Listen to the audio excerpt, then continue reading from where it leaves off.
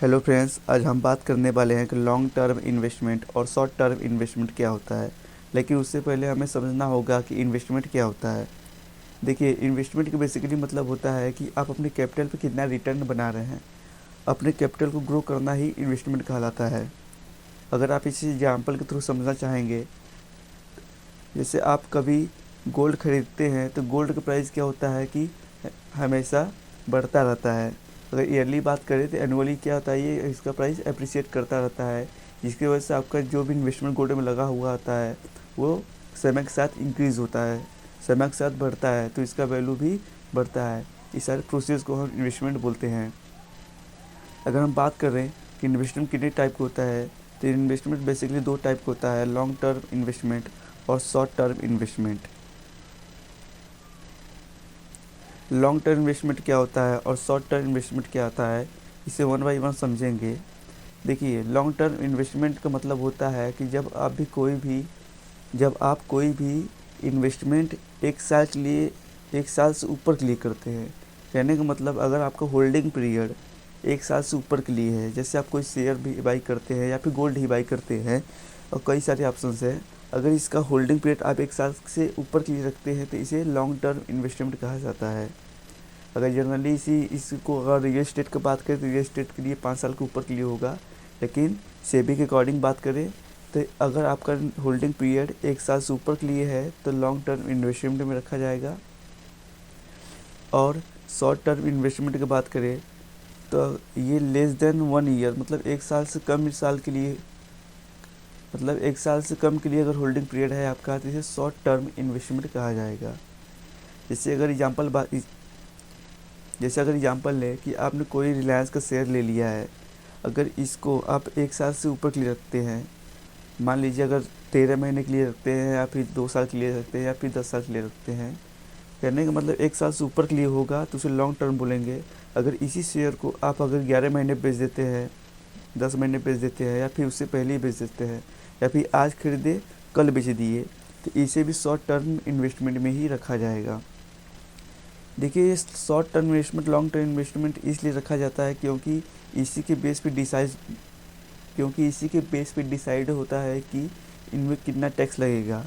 ये short term investment पे और लॉन्ग टर्म इन्वेस्टमेंट में दोनों पर अलग अलग प्रकार से टैक्स लिए जाते हैं। हम टैक्स के बारे में बात करेंगे, कैसे लिया जाता है, क्या सिस्टम है इसका। लेकिन उससे पहले समझना होगा हमें कि लॉन्ग टर्म इन्वेस्टमेंट के कितने ऑप्शंस है, कितने तरीके से हम लॉन्ग टर्म इन्वेस्टमेंट में। देखिए, बेसिकली अगर लॉन्ग टर्म इन्वेस्टमेंट की बात करें तो कई सारे टाइप्स हो सकते हैं, लेकिन यहाँ कुछ मैंने मेन टाइप लिख दिया है। जैसे म्यूचुअल फंड में, जनरली म्यूचुअल फंड की बात करें तो सभी लोग एक साल से ऊपर के लिए ही इन्वेस्टमेंट करते हैं। इस सिमिलरली ETF में भी वही हो गया। और अगर गोल्ड का बात करें तो जनरली लोग लंबे समय के लिए ही गोल्ड बाई करते हैं, तो ये सबसे अच्छा ऑप्शन होता है लॉन्ग टर्म इन्वेस्टमेंट का। आप फिजिकली गोल्ड भी बाई कर सकते हैं और डिजिटली भी गोल्ड बाई कर सकते हैं। REIT भी आपके पास एक ऑप्शन है। REIT का कहने का मतलब ये रियल एस्टेट को ही बोल रहे हैं हम लोग। और FD आप लोग जानते हैं कि अब FD भी एक साल के लिए भी इन्वेस्टमेंट होता है, तो ये भी लॉन्ग टर्म इन्वेस्टमेंट में चला जाएगा। और मेन आता है हमारा स्टॉक को अगर हम एक साल के ऊपर लिए होल्ड करते हैं तो ये लॉन्ग टर्म इन्वेस्टमेंट में जाएगा। कुछ स्टॉक्स के हम एग्जाम्पल भी देखेंगे कि ये लॉन्ग टर्म में कितनी इन्वेस्टमेंट में कितना रिटर्न दिए हैं। जैसे अगर बात करें कि Bharat Airtel, ICICI bank, Infosys और SBI बैंक की बात करें, तो ये आप यहाँ पे रिटर्न देख सकते हैं कि सब ने अच्छे रिटर्न दिए हैं। किसी ने 2 गुने पैसे किए, किसी ने 4 गुने भी किए हैं पैसे। यहाँ गलती से आई टाइप हो चुका है, यहाँ पे इसको कंसीडर नहीं करेंगे हम लोग। यहाँ एस भी टाइप हो गया है, इसे कंसीडर नहीं करेंगे। अगर भारत एयरटेल की बात करें तो 284% रिटर्न दिया है। कहने का मतलब 284 लगभग ये हो गया 4 गुना के लगभग। अगर आपने इसमें इन्वेस्टमेंट किया होता तो आपको ये 4 गुना रिटर्न दे चुका होता अब तक। सिमिलरली ICICI बैंक और इन्फोसिस और SBI बैंक में भी आप देख सकते हैं कि इन सारे ने अपने पिछले 5 ईयर में अच्छे रिटर्न दिए हैं। चलिए अब हम बात करते हैं टैक्स के बारे में। देखिए, टैक्स को आपको अच्छे से समझना होगा। अगर आपने इन्वेस्टमेंट 1 लाख किया है, अगर आपका ये पैसा ग्रो होकर 3 लाख हो जाता है, तो आपका जो टैक्स लगेगा वो आपके प्रॉफिट पे लगेगा, इन्वेस्टमेंट पे नहीं लगेगा। कहने का मतलब जो आपका 1 लाख है उस पर उस इन्वेस्टमेंट पे आपको टैक्स नहीं लगेगा। जो 2 लाख आपका प्रॉफिट है उस पर जब टैक्स लगता है तो उसे हम बोलते हैं लॉन्ग टर्म गेन, तो उसे हम बोलते हैं long term capital gain tax, जिसे LTCG भी बोलते हैं। अगर 2023 की बात करें तो उस समय 10% ये टैक्स लगता था, और अब ये बढ़कर 12.5% हो चुका है।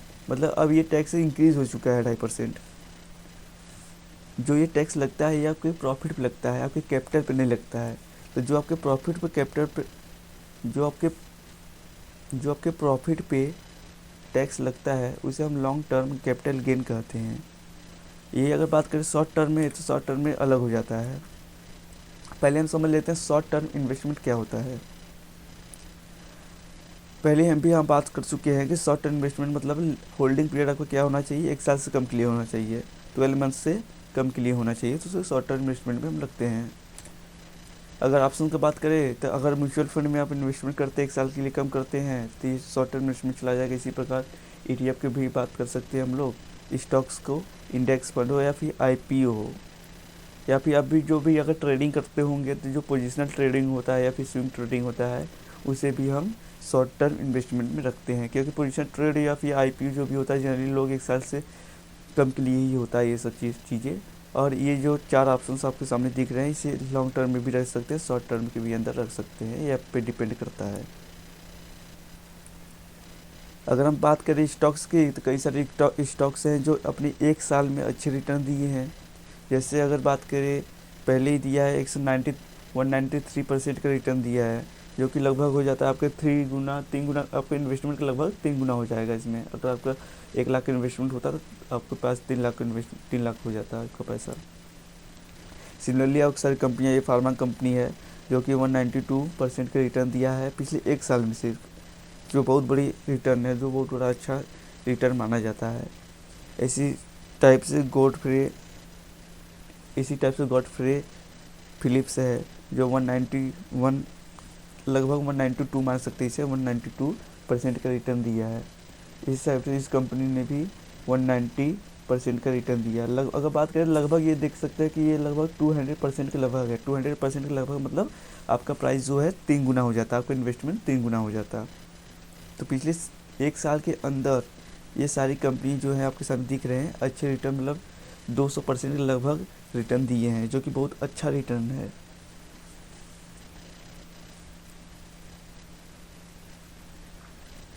चलिए अब हम बात करते हैं कि शॉर्ट टर्म में जो टैक्स लगते हैं इसका क्या सिस्टम है।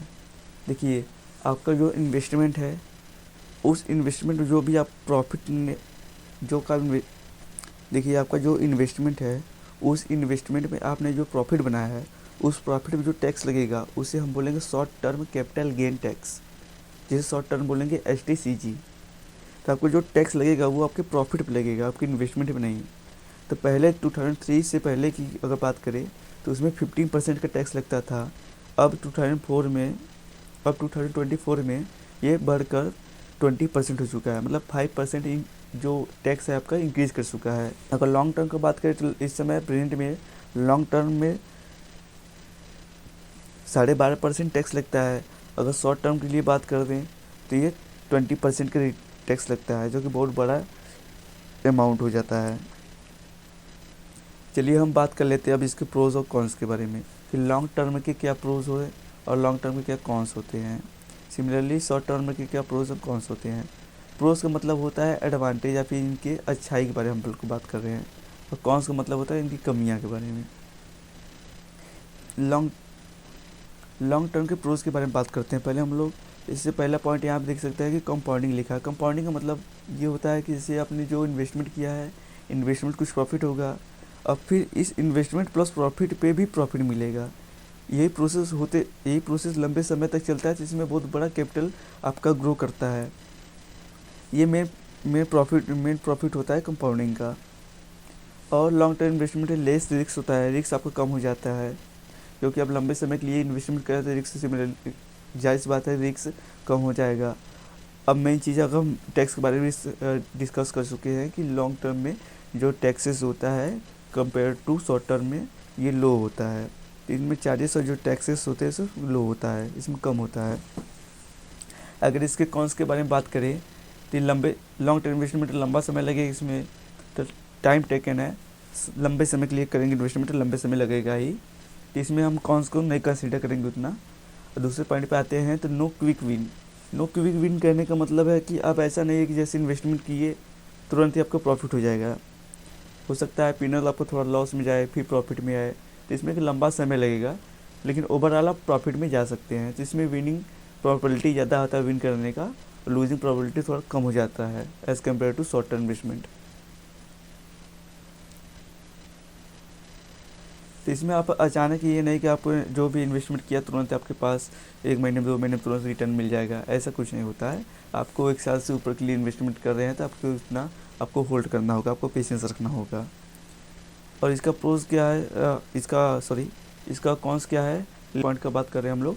लेस कंट्रोल कहने का मतलब क्या हो गया, जैसे इसमें लिक्विडिटी जो होता है कम होता है। लिक्विडिटी मतलब क्या, जैसे अगर आप ये दोनों पॉइंट एक ही हम कंसीडर कर लेंगे, लेस लिक्विडिटी और लेस कंट्रोल की बात करें हम लोग। जैसे लिक्विडिटी कम होगा, लिक्विडिटी कम होने का मतलब क्या है, जैसे आप कोई लैंड खरीदते हैं, कोई ज़मीन खरीदते हैं, तो अचानक उसे नहीं बेच सकते कि आज ही बेच दें, तो आपकी ये कंट्रोल नहीं होता कि नहीं तुरंत बेच देंगे या तुरंत उसे खरीद लेंगे, तो इसमें लिक्विडिटी कम होता है। तो इसमें कंट्रोल क्या होता है, कम होता है।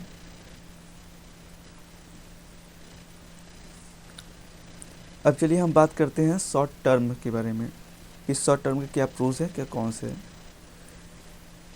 देखिए पहले प्रोज के बारे में बात कर लेते हैं। लिक्विडिटी, तो लिक्विडिटी का मतलब ये है कि आप जब उसे खरीदना चाहे तब खरीद सकते हैं, जब बेचना चाहे तब बेच सकते हैं। मतलब आपका टाइम टेकन जो है बहुत कम समय में हो, या फिर ऐसे बोल सकते हैं कि एक ही दिन में आपके बाइंग और सेलिंग हो सके, उसे हम लिक्विडिटी बोल सकते हैं। जैसे एग्जांपल ये बात करें कि स्टॉक मार्केट में अगर बात करें तो जैसे शेयर को आज एक ही दिन में बेच कर एक ही दिन में सेल भी कर सकते हैं, तो बाई और सेल एक ही दिन में हो सकता है। नेक्स्ट पॉइंट है क्विक रिटर्न। क्विक रिटर्न करने का मतलब क्या, जैसे आप इन्वेस्टमेंट किए तो आपका इन्वेस्टमेंट 1-2 महीने में या फिर 3 महीने में या फिर मान लेते हैं 1 साल के अंदर तक आपका इन्वेस्टमेंट जो है इंक्रीज़ कर जाता है, अच्छा रिटर्न मिल जाता है। जैसे पीछे हम लोग अभी एग्जाम्पल देखे थे, तो यही प्रॉफिट होता है इसमें। लेकिन इसके साथ साथ इसमें रिस्क भी ज़्यादा होता है, क्योंकि प्रॉफिट बनाने की जितना हायर चांस होता है उतना रिस्क लॉस करने का भी चांस हो जाता है। बेसिकली इस टाइप की इन्वेस्टमेंट हम लोग न्यूज़ के बेस पे करते हैं कि कौन सी कंपनी में क्या न्यूज़ है, क्या अच्छी न्यूज़ है, उस बेस पे जो कंपनियां होती हैं अचानक से मोमेंटम देती हैं, इस वजह से हमें प्रॉफिट होता है। तो वहाँ जो इन्वेस्टमेंट करेंगे हम लोग तो उसे शॉर्ट टर्म इन्वेस्टमेंट में रख सकते हैं और क्विक रिटर्न भी बनता है। और अब बात करते हैं इसके कॉन्स के बारे में। कॉन्स के बारे में मैंने यहाँ 4 पॉइंट लिखा है। पहला पॉइंट है मोर टैक्स एंड चार्ज। ये पहले डिस्कस कर चुके हैं टैक्स के बारे में कि इसमें 20% टैक्स लगता है। तो इसमें जो 20% टैक्स की जो बात कर रहे हैं हम लोग, बेसिकली जो टैक्स की बात किया जा रहा है वो स्टॉक मार्केट में वो शेयर बाइंग और सेलिंग की बात किया जा रहा है, शेयर्स के लिए बात किया जा रहा है। गोल्ड के बारे में या फिर रियल एस्टेट के बारे में बात नहीं कर रहे हम लोग। तो इसमें क्या होता है, tax as compared to long term investment इसमें टैक्स ज़्यादा हो जाता है, रिस्क भी ज़्यादा हो जाएगा और लोअर रिटर्न करने के यहाँ सेंस बनाता है। इससे क्या होता है कि अगर लॉन्ग टर्म की बात करें तो लंबे समय कंपाउंडिंग के बेनिफिट मिलेगा और इसमें कंपाउंडिंग बेनिफिट नहीं मिलेगा, इस वजह से आपका रिटर्न जो है लोअर हो जाएगा, कम हो जाएगा। और सबसे बड़ी प्रॉब्लम इसमें ये आता है कि इमोशनल स्ट्रेस होता है इसमें, कि आप जैसे क्या होता है अगर शेयर बाई कर लिए तो आपको उस पर बराबर ध्यान देना होता है, क्या फ्लक्चुएशन चल रहा है उसमें, तो इसमें रेगुलरली आपको ध्यान देना होता है कि कब रिटर्न हाई जा रहा है, कब रिटर्न लो जा रहा है, आपको उस पर ध्यान देना होता है। तो ये मेन चीज़ आ जाता है जो कि इमोशनली स्ट्रेस आ जाता है। तो कुल मिला के ये बात हो रही है यहाँ पे कि लॉन्ग टर्म इन्वेस्टमेंट और शॉर्ट टर्म इन्वेस्टमेंट कौन सा बेटर है। अगर बेटर देखिए दोनों है, अगर आप लंबे समय के लिए इन्वेस्टमेंट करना चाहते हैं तो इसमें आप लॉन्ग टर्म कंसिडर कर सकते हैं। इसे टैक्स की इसमें बेनिफिट मिल जाएगा, कंपाउंडिंग बेनिफिट मिल जाएगा, जो कि शॉर्ट टर्म में नहीं मिलेगा। तो आपको लॉन्ग टर्म इन्वेस्टमेंट की तरफ सोचना चाहिए। दोनों को कंपेयर करें तो इसमें मेन चीज़ जो आता है वो कंपाउंडिंग आता है, जो कि लॉन्ग टर्म इन्वेस्टमेंट में ही आपको देखने को मिलेगा। इसी कंपाउंडिंग के बेस पे हमारे दो दिग्गज लोग, वॉरेन बफेट और राकेश झुनझुनवाला जी, इन्होंने वेल्थ बनाया है। तो ये दोनों इन्वेस्टर जो है लॉन्ग टर्म इन्वेस्टर्स हैं, जो कि लंबे समय में अपने प्रॉफिट को कई गुना किए हैं, अपने इन्वेस्टमेंट को कई गुना किए हैं, जो कि आज बिलियंस में है। आप इनसे भी सीख सकते हैं कि आपने जो भी आप इनका भी एग्जाम्पल ले सकते हैं कि इन दोनों लोगों ने लॉन्ग टर्म इन्वेस्टमेंट पे ही फोकस किया है। और लक्ष्य ये रियलिटी है कि लॉन्ग टर्म इन्वेस्टमेंट में ग्रोथ होता है। तो हम शॉर्ट टर्म इन्वेस्टमेंट ना सोच के लॉन्ग टर्म इन्वेस्टमेंट की तरफ ध्यान दे सकते हैं। अगर शॉर्ट टर्म इन्वेस्टमेंट की बात करें तो क्या होता है, बार बार बाइंग करते हैं, बार बार सेलिंग करते हैं, इसमें आपको टैक्सेस बहुत ज़्यादा लग जाता है, चार्जेस भी बहुत ज़्यादा लग जाता है, जैसे ब्रोकरेज की बात करें हम लोग। जबकि लॉन्ग टर्म इन्वेस्टमेंट में ऐसा चार्जेस और ब्रोकरेज बार बार नहीं लगता, एक ही बार लगता है, तो उसमें यही प्रॉफिट हो जाता है। और मेन थिंग इसमें कंपाउंडिंग का भी बेनिफिट हो जाता है, जो कि शॉर्ट टर्म में नहीं हो पाता है। आई होप आपको वीडियो अच्छा